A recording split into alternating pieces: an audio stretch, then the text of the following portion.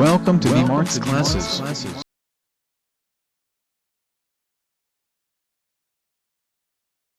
Geography class आज lesson number 8 होगा। Lesson number 8 में हम लोग बात करेंगे जो वाटर है, वाटर बॉडी में जो हमारा बॉर्डर है, बॉर्डर से कितना दूरी तक कौन कौन सा अधिकार प्राप्त है और बहुत सारे जोन में बांटा गया है। यहाँ से यहाँ तक, यहाँ से यहाँ तक, यहाँ से यहाँ तक विभिन्न प्रकार के दूरियां पे विभिन्न तरह का हम लोग का परमिशन ऑथराइजेशन है। सभी कंट्री का अपना अपना ऑथराइजेशन होता है। और क्योंकि पानी हमारे पृथ्वी तीन हिस्सा जो पृथ्वी का है वो जल से भरा हुआ है, जल से घिरा हुआ है। उससे क्या होगा ना कि यदि मान लीजिए भारत का है, भारत हिंद महासागर जुड़ा हुआ है, इधर हमारा अरब सागर, इधर हमारा बंगाल खाड़ी है, तो पानी में भी, जल में भी हम लोग का पास कुछ सीमा है और किस सीमा तक हम लोग क्या कर सकते हैं, क्या क्या ऑथराइजेशन प्राप्त है, उस चीज के बारे में हम लोग बात करेंगे। देखिए इधर, तो देखिए सबसे पहले जो हमारा जो सीमा है, इस सीमा में यदि कोई कंट्री मतलब स्टेट के अंदर में पानी है, ठीक है, तो ये एक होता है ना, कभी कभी देखते हैं पूरा प्लेन नहीं मिलेगा आपको, किनारा मिलेगा, जैसे प्लेन मान लीजिए सीमा है, तो ये एक सीमा घेरा गया है कि कोस्टल प्लेन का जो अपर लिमिट है वहां से लेकर के यहाँ तक इस तरह से घेरा हुआ है। अब बीच में यदि कहीं पे अंदर तक पानी फैला हुआ है तो इसको हम लोग बोलेंगे इंटरनल वाटर। क्या बोलेंगे? Internal water.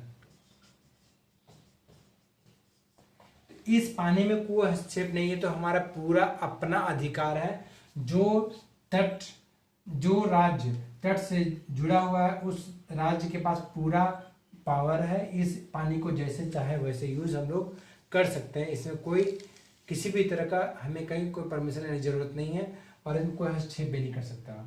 अब बात आती जब हमारा सीमा खत्म होता है उसके बाद, तो यहां से लेकर के 12 नॉटिकल माइल्स, यानी यहां से लेकर के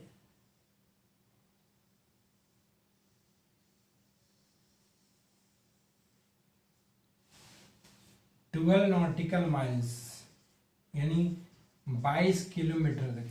नॉटिकल माइल्स बोलते हैं कि जैसे गहराई भी है ना, तो गहराई है प्लस आपका दूरी है, तो दोनों तरफ से लेते हैं तब नॉटिकल माइल्स बोलते हैं। लेकिन अगर सिर्फ डिस्टेंस की बात करें, स्ट्रेट फॉरवर्ड बात करेंगे, तो क्या करेंगे हम लोग 22 किलोमीटर मेन बाउंड्री से लेकर के, यानी बेस लाइन जो हमारा ये बेस लाइन है, इस बेस लाइन से 22 किलोमीटर तक हमारे ये, इसको बोलते हैं टेरिटोरियल वाटर। क्या बोलेंगे इसको? Territorial water. Territorial water Hindi में बोलते हैं प्रादेशिक सीमा। प्रादेशिक सीमा, तो प्रादेशिक जल सीमा जो है हमारा, इसमें हमारा क्या क्या राइट है, तो इसमें हम लोग क्या कर सकते हैं, ये फिशिंग कर सकते हैं। फिशिंग मतलब मछली मारना या मछली पकड़ना। तो मछली पकड़ने का जो भी प्रक्रिया है, ये 12 नॉटिकल माइल्स तक हम लोग ये उस जो, जैसे मान लीजिए यहाँ से लेकर जाते केरला है ना, तो केरला का पूरा अधिकार है कि इस एरिया में हम लोग मछली पकड़ सकते हैं, कुछ भी कर सकते हैं, इस पर कोई हस्तक्षेप नहीं कर सकता। क्लियर है? पहला आता है कि मछली। दूसरा चीज क्या है कि अगर यदि आप प्रदूषण कोई दूसरा स्टेट फैलाता है, किसी कोई भी अगर फैलाएगा स्टेट, तो उसको परमिशन लेना होगा और प्रदूषण फैलाने का अधिकार किसी को नहीं है। और ये जो हमारा तटीय राज्य है, उस राज्य का ही रिस्पॉन्सिबिलिटी, जिम्मेदारी बनती है कि इसको हम सुरक्षित स्वच्छ रखें। टेरिटोरियल वाटर है, क्योंकि सारा टेरिटोरियल वाटर प्रादेशिक जल सीमा यानी इस पूरे तट का जो सटा हुआ राज्य है उसका अधिकार क्षेत्र में आता है, तो उसको पूरा इस पर निगरानी रखना होगा। पहला मछली पकड़ सकते हैं, और आपका स्वच्छ रखना भी हमारा धर्म है और हमारा कर्म है। उसके बाद तीसरा चीज जो आता है वेपन प्रैक्टिस। वेपन प्रैक्टिस भी हम लोग करना चाहें तो कर सकते हैं। स्टेट में जो भी स्टेट करना चाहे तो परमिशन से, मतलब जैसा एक कॉन्स्टिट्यूशन में जो लिखा है उस अधिकार के थ्रू, आप प्रोसेस के थ्रू, प्रोटोकॉल के थ्रू आप वेपन प्रैक्टिस कर सकते हैं। और बाहरी कोई भी स्टेट, कोई भी कंट्री इस एरिया में नहीं एंट्री कर सकता है। क्लियर है? यदि इस एरिया से 22 किलोमीटर एरिया तक यदि कोई भी स्टेट या कोई भी कंट्री अपना नेविगेशन चलता है, यानी मान लीजिए आपको कोई पनडुब्बी है, कोई जहाज है, पानी वाला जहाज है, यदि कोई सबमरीन है, यदि पानी से गुजर रहा है, पानी के अंदर से गुजर रहा है, तो उसको इस एरिया में यदि आप मान लीजिए इधर से कोई जहाज आ रहा है, इधर से पानी इस एरिया को टच करता है, 22 किलोमीटर एरिया टच करता है, तो उसका फर्ज क्या बनता है कि उस सबमरीन को कुछ दूर तक के लिए आप ऊपर आए, पानी सरफेस के वाटर के ऊपर आए, और वाटर के सरफेस के ऊपर सतह जो पानी का सतह है उससे ऊपर आकर के अपना झंडा, अपना देश का झंडा ऊपर दिखाए और सिग्नल दे कि यू आर द सेफ। क्योंकि आप पानी के अंदर से आप आगे नहीं चल सकते, पानी के अंदर से आप यहाँ से पास नहीं कर सकते इस एरिया से। Up to 22 kilometre, up to 12 nautical miles ये अधिकार क्षेत्र है, और आप कोई भी स्पाई नहीं कर सकता। स्पाइंग मतलब जैसे होता है ना कि गुप्त रूप से सूचना एकत्रित करना। अगर कोई देश चाहता है कि मैं यहाँ पे जाऊं और इस राज्य में क्या हो रहा है, कंट्री में क्या प्लानिंग चल रहा है, अगर हम लोग सबमरीन नीचे से जाकर कोशिश कर लें, नहीं, आप नीचे से भी प्रयास नहीं कर सकते। इस एरिया में एंटर होते ही आपको अपना सतह के ऊपर आकर के झंडे के साथ आपको इंडिकेशन देना होगा, yes I am crossing from this country, your territorial water, I need permission. वो परमिशन किसी भी तरह से दिया एरियल परमिशन होता है, सिंबल होता है, उस तरीके से आपको पास करना है। ये है टेरिटोरियल वाटर, प्रादेशिक जल सीमा, यानी इस एरिया में ये पूरा तट राज्य है उसका अधिकार होता है। उसके बाद आता है हमारा समीपस्थ, यानी इसके बाद जो हमारा सेकंड जो एरिया है, सेकंड एरिया का बात करेंगे तो ये उसके बाद जो एरिया आएगा हमारा, ये जो एरिया है हमारा, ये है कंटिग्यूअस जोन। क्या है हमारा? कंटिग्यूअस जोन।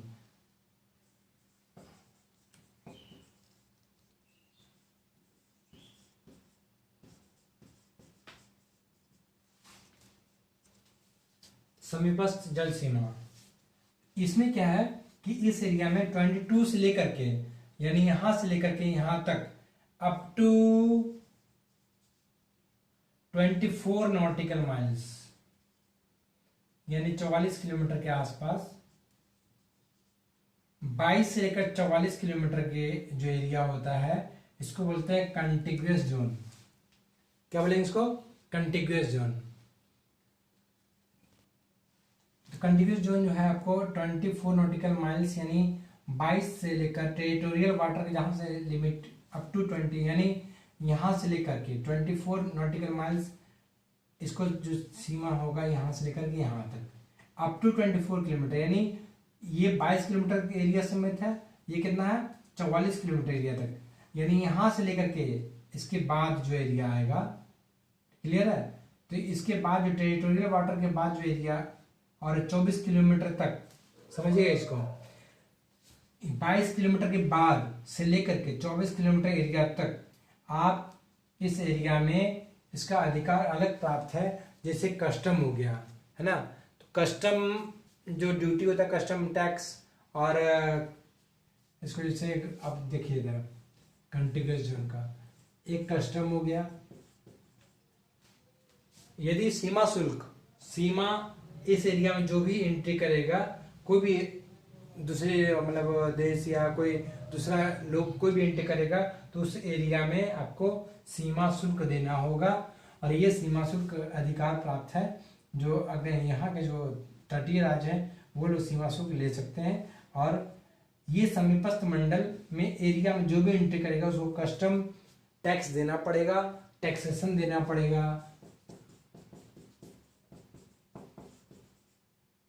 क्लियर है? एक कस्टम जो आपका सीमा शुल्क है वो देना पड़ेगा, और यहाँ जो कर, किसी भी प्रकार के जो कर होगा वो कर वसूली यहाँ पे आपको करना पड़ेगा।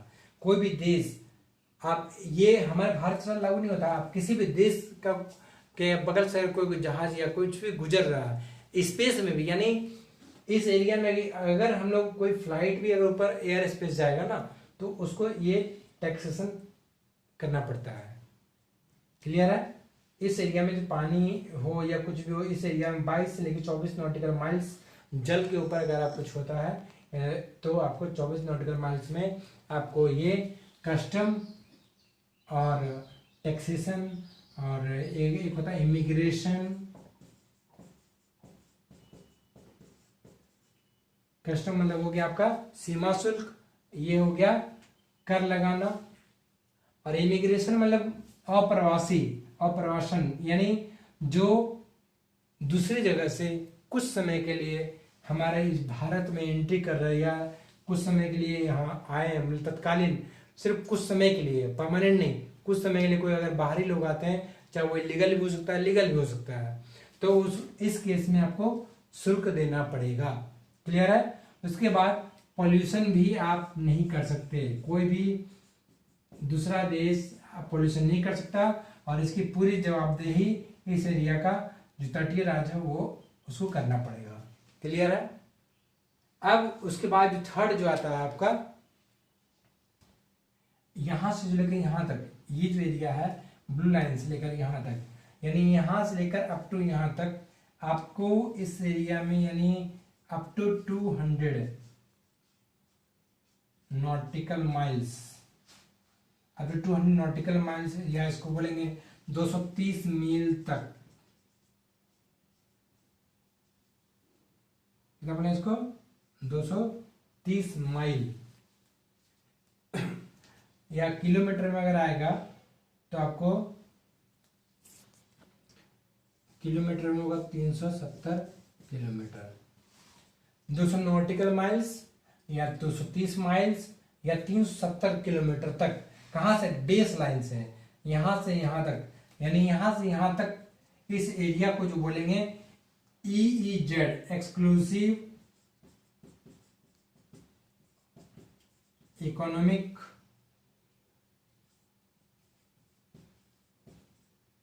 जोन, EEZ, हिंदी में इसको बोलते हैं अनन्य अधिकार, हिंदी में बोलेंगे इसको अनन्य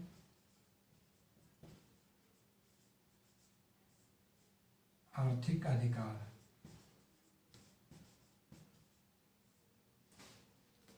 अनन्य आर्थिक अधिकार प्राप्त है, और इस एरिया में बहुत सारा चीज है जो कि यहाँ मतलब इस स्टेट को ऑथराइज प्राप्त है। इस स्टेट या लैंड लॉक्ड भी जो होता है वो सभी ऑथराइज है।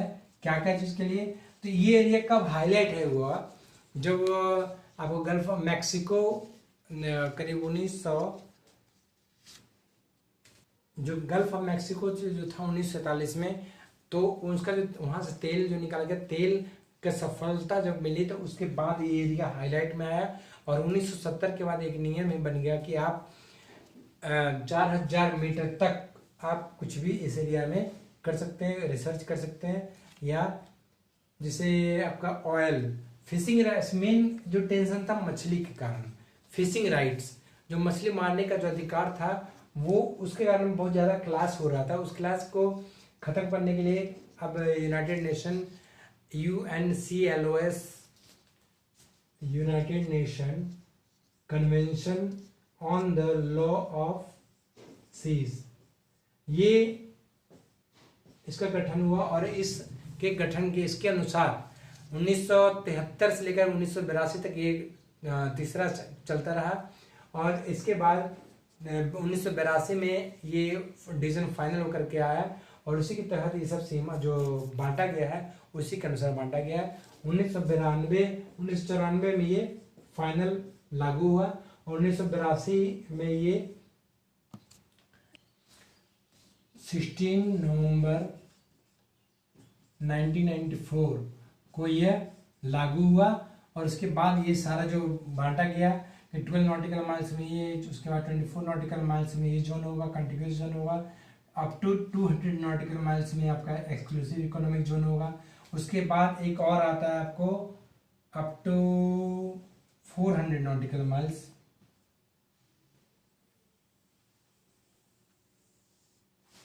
$350 नॉटिकल माइल्स, और इसको बोलते हैं कॉन्टिनेंटल शेल्फ।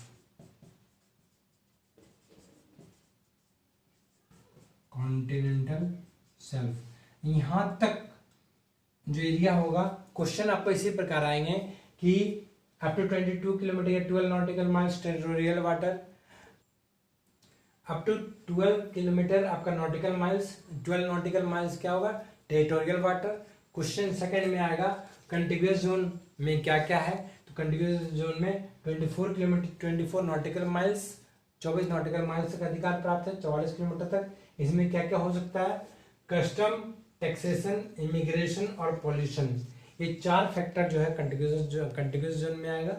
उसका इकोनॉमिक एक्सक्लूसिव इकोनॉमिक जोन में इसमें क्या है कि कोई भी कोई भी स्टेट जो कोस्टल स्टेट है, तटीय राज्य है, उनके पास अधिकार है कि आप रिसर्च सेंटर डाल सकते हैं या तेल का खनन कर सकते हैं, कुछ भी कर सकते हैं। और अप टू 350 नॉटिकल माइल्स यहाँ तक आप क्या कर सकते हैं कि सरफेस वाटर पे आप कुछ भी कर सकते हैं। और इस एरिया में जो एक्सक्लूसिव इकोनॉमिक जोन है, यहाँ पे कोई भी फ्लाइट क्रॉस कर सकता है, नेविगेशन कर सकता है, ऑल आर फ्री। और इसी एक्सक्लूसिव जोन में केबलिंग जो होता है ना, केबलिंग, अब पता है आपको नेट कैसे चलता है, नेट इंटरनेट जो हमारा अमेरिका से यहाँ जुड़ा हुआ, कैसे जुड़ा हुआ है, केबलिंग क्या, वो फाइबर ऑप्टिकल केबल समुद्र के नीचे से बिछाया गया है। और वो जो इस एरिया में, इसी एरिया एक्सक्लूसिव इकोनॉमिक जोन के थ्रू ये आपका नॉटिकल माइल्स इस एरिया में फाइबर ऑप्टिकल केबल्स नीचे से कोई भी कंट्री बैठा सकता है, फुल राइट है। क्लियर है?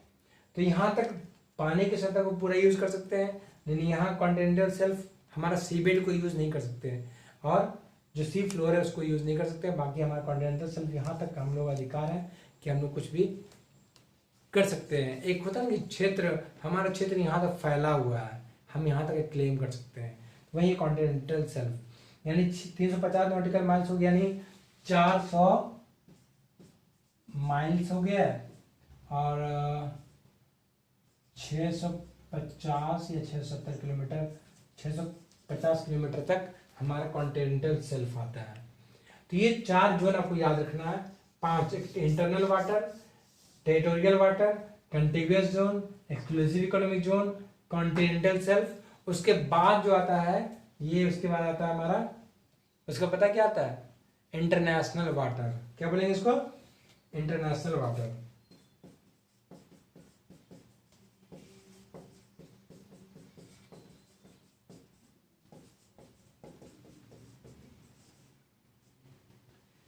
और इसको एक और नाम देते हैं हाई सीज। इस एरिया का जो नाम है ना, यानी 350 नॉटिकल माइल्स के बाद इंटरनेशनल वाटर इसको बोलते हैं, अंतर्राष्ट्रीय अंतर्राष्ट्रीय जल। और इस सीमा में कोई भी कंट्री अपना राइट यूज कर सकता है, कुछ भी कर सकता है। और for your kind information, international water में भी थोड़ा विवाद, डिस्प्यूट हर जगह है हमारा कंट्री में। जैसे आर्टिक ओशियन, जो सबसे ऊपर आर्टिक ओशियन है, उस ओशियन में भी क्या होता है कि कुछ कंट्री क्लेम किया होगा नहीं ये कंट्री हमारा EEZ जोन में आता है, लेकिन जो बगल के यूनाइटेड नेशन यूरोपियन कंट्री वहाँ क्लेम करते नहीं, ये आपका इकोनॉमिक जोन नहीं हो सकता, ये इंटरनेशनल वाटर है। वो लोग का कहना, जो हमारे जिस कंट्री के बगल में होगा तो क्लेम करेगा ही।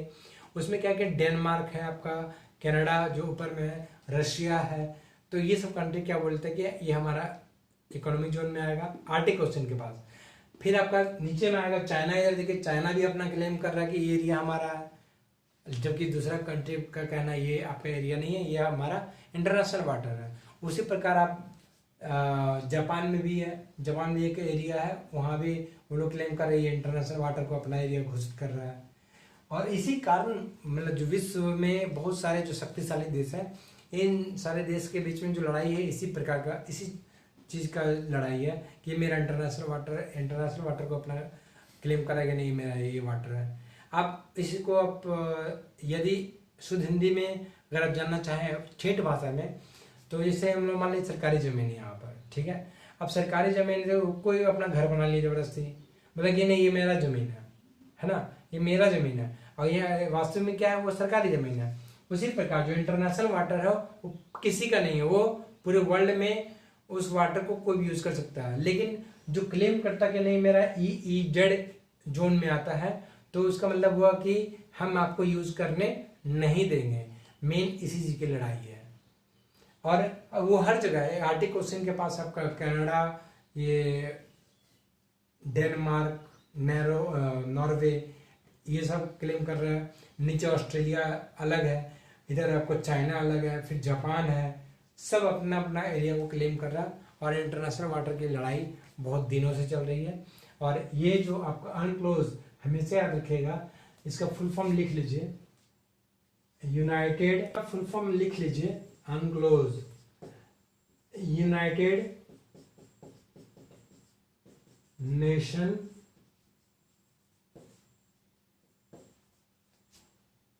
कन्वेंशन